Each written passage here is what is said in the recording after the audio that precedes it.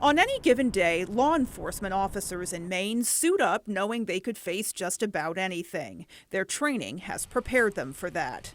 But now their biggest challenge is one they say police departments didn't expect. In Bangor, it's mental health. The growing number of calls for service when community members find themselves in a mental health related crisis.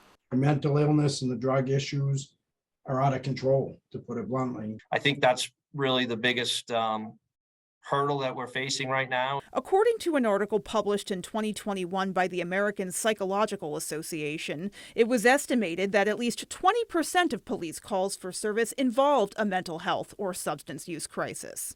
That we became the social workers and we became the default of who you call. And now, the law enforcement across the United States are scrutinized for that. It takes the time that it consumes takes away from proactive law enforcement. That's why Bangor Police Sergeant Jason McCambly says they're implementing what's called the BCAT, Bangor Community Action Team. They are social workers who are going to go out and handle calls. They're going to be dispatched through the police department, and they're going to take some of the load off the officers. McCambly says once that team is active, he believes they'll see a 50% reduction in those non-policing services for officers, putting the right professionals with the right training where they're needed. It's going to take them a while to get up to speed. We understand that. And they're going to be spread out over the course of the day and the weekends, and connect the people that need resources to those resources, because the police don't have that expertise. We're not social workers. Chief Mills says programs like that require multiple layers of investment from the community, but it's a case worth making. You need to really get the buy-in from your local, your tax base to do that, because we're not getting a lot of assistance from the federal or the state, funding for that. But that's the model.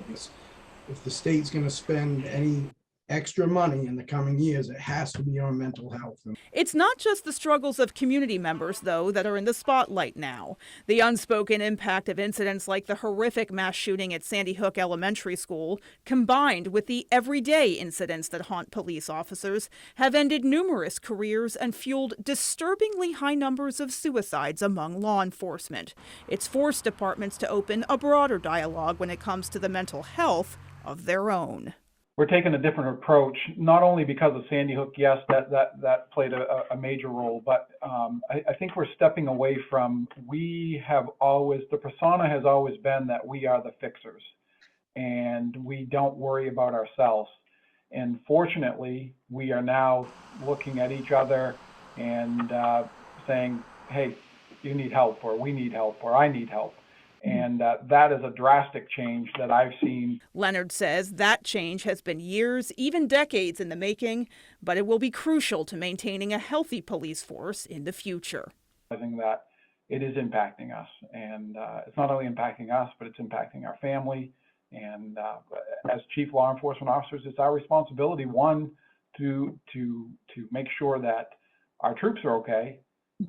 But it doesn't matter if our troops are okay if we're not okay. So, reporting for ABC 7 and Fox 22, I'm Beth Jones.